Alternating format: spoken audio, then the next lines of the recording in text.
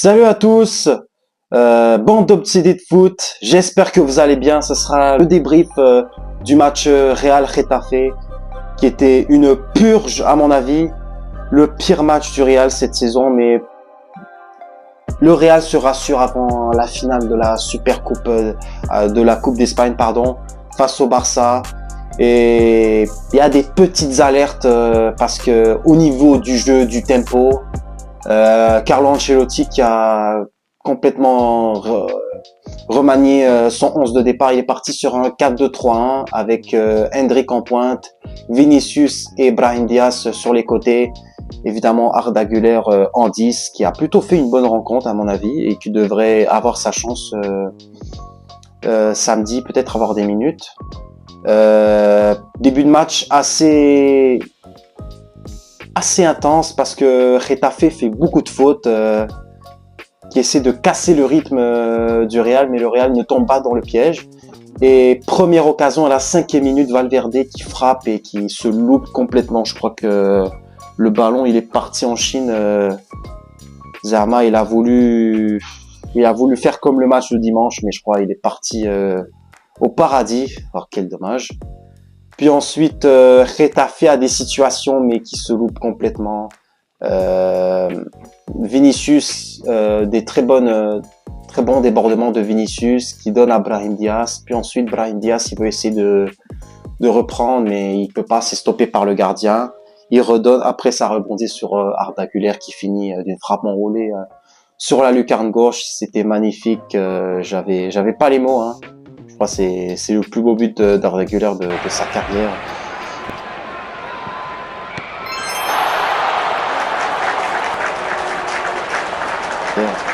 Bon, c'est bon, j'exagère un peu, c'est bon.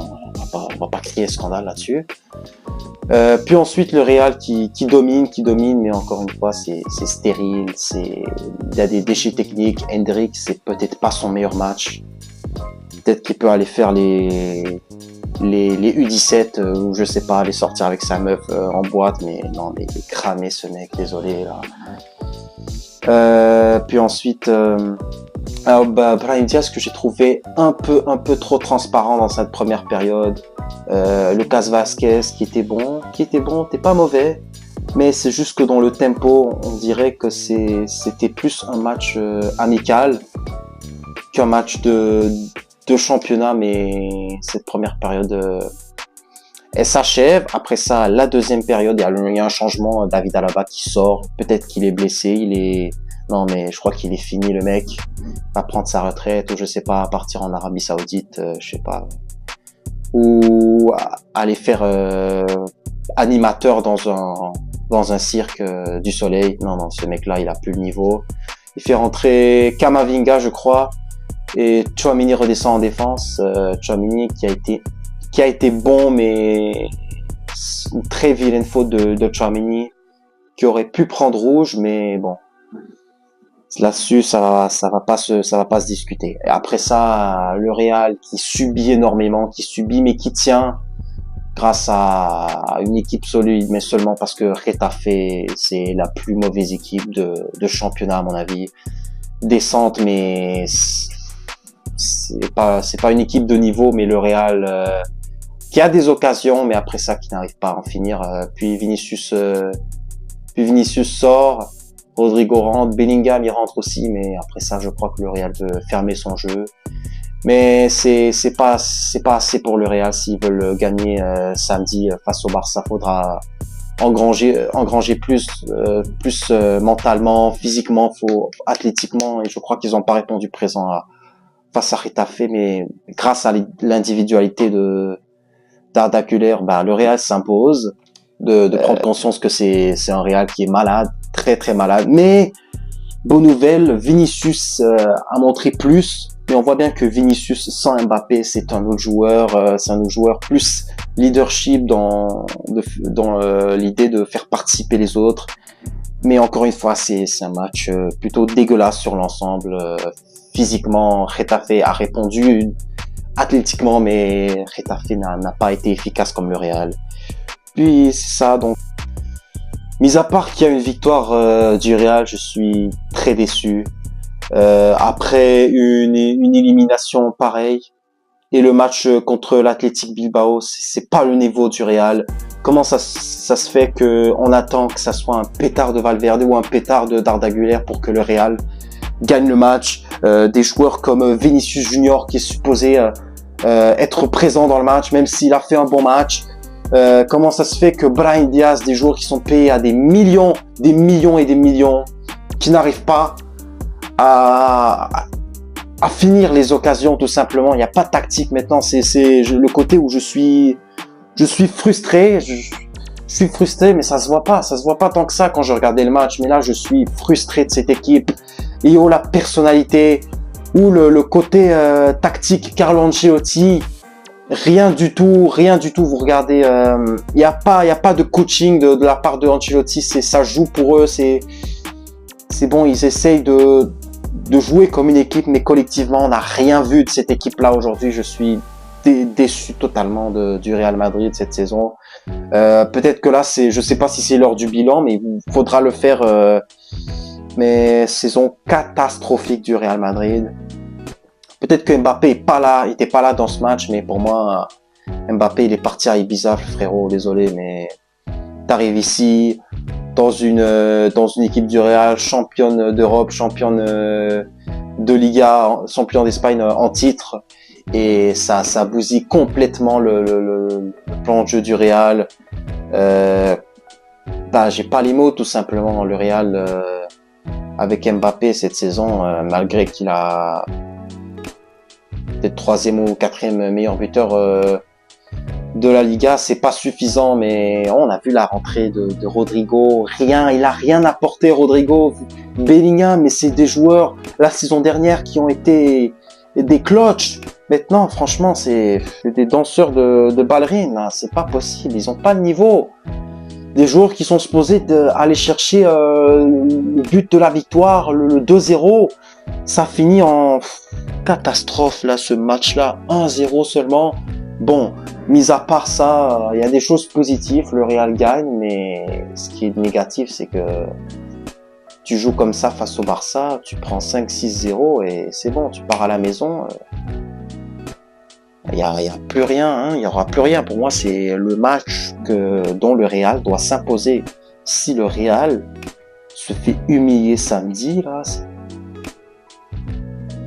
c'est la honte, hein, c'est la honte. Et Carlo Ancelotti et toute la direction et tous les joueurs du Real auront un compte à rendre, parce que de sortir aujourd'hui cette performance-là avec même pas une équipe B, c'est des joueurs qui ont toutes presque de l'expérience, qui ont acquis quelque chose. Si le Real ne gagne pas, mais sort pas minimum une défaite, mais genre si c'est 4 buts ou 5 buts d'écart, là c'est la fin de saison pour Carlo Ancelotti, et peut-être même, je vais vous le dire, la Coupe du Monde des clubs, pour moi là, le Real n'ira pas loin, je vous le dis, hein, avec cette équipe-là et cette mentalité-là, d'aller chercher la victoire de cette manière, je vous dis, on ferme la porte, on ferme la boutique, au revoir.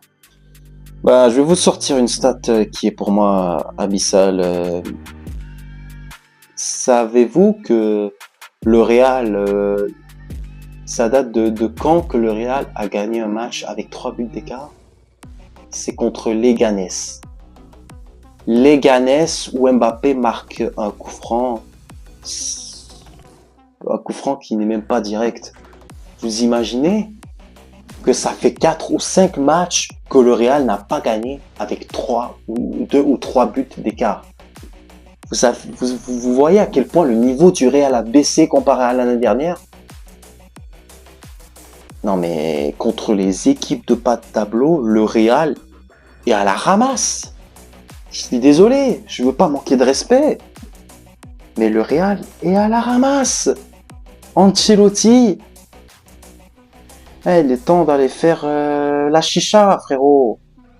Ou je sais pas. Non, mais franchement, de nous sortir une purge pareille. Samedi, il y a un match très important contre le Barça. Et le mec, ça nous fait, on se ferme la boutique. Zama, les mecs, ils jouent le maintien. Mais frérot, Vous gagnez la Ligue des Champions, à chaque année. C'est quoi cette histoire-là de vouloir sécuriser le 1-0? Et franchement, mais regardez ce que le PSG font cette saison. Le PSG à chaque match, ça court, ça charbonne, frérot. Non, mais c'est les mecs de l'usine, là, c'est les Peaky Blinders, là, ils courent. C'est Michael Scofield et toute sa bande. Les mecs qui se donnent à fond. Mais il est passé où cette envie de gagner, cette envie d'arracher les maillots carrément, mouiller le maillot, frère, c'est bon. Et moi, si j'étais sur le terrain, je me ferais un sprint de 100 000, frère, je serais Verstappen. Mais c'est quoi ça? Prenez exemple sur le PSG. Le PSG, 39 matchs sans défaite. Vous croyez que c'est un hasard? Mais non, c'est du travail. C'est du travail, mais aussi tactiquement. C'est une tactique qui est mise en place pour que les joueurs ils se donnent à fond. Regardez, c'est même pas... Il y a des stars, mais c'est des stars qui se donnent à fond. Des joueurs qui sont payés, mais ils sortent. Ouais, mais vous allez me dire, mais oui, c'est facile, c'est en Ligue 1, frérot, vas-y. Après 5 minutes, tu vas tomber par terre, tu vas t'évanouir. Donc, un peu plus de sérieux. Et ils ont 2-3 jours pour préparer le match. Pour moi, ils devront faire des sessions de sprint. Ou je sais pas, ils appellent... Ils se dopent avant le match. Ou ils appellent un avocat, Harvey Specter, pour que le match soit corrompu. Mais non, mais sinon, là, si le Real ne se met pas dans cette mentalité-là d'aller chercher quelque chose samedi, je vous dis, la saison est terminée. Mbappé, il peut se casser ailleurs. Sinon, c'est moi qui arrive, je l'emmène, je le kidnappe, je le mets dans l'avion. Je te jure, frérot, je l'envoie en Alaska. Et il va plus rejouer au foot. Je vous le dis, samedi, il doit avoir une réaction. Sinon, il y a démission de tous les joueurs. On va envoyer les U21 à la place. C'est ça ce que vous voulez? Eh ben, il faudra répondre présent, les mecs. Ok? Désolé de ce coup de chaud, mais je suis très remonté parce que ce match-là, j'avais pas trop envie de m'énerver, mais après d'avoir vu cette purge 90 minutes, frérot, j'aurais pu, je sais pas moi, taper une vidéo de Neo et Swan, je sais pas qu'est-ce qu'ils font une journée, les mecs, mais franchement, il y a du boulot, il y a un chantier pour Carlo Ancelotti cette fin de saison, mes frérots, là, je crois que je vais prendre un Doliprane ou un antidépresseur, donc je crois qu'on va arrêter là. Il y a que la victoire qui compte et la défaite n'existe pas. Et c'est du foot et on s'en fout.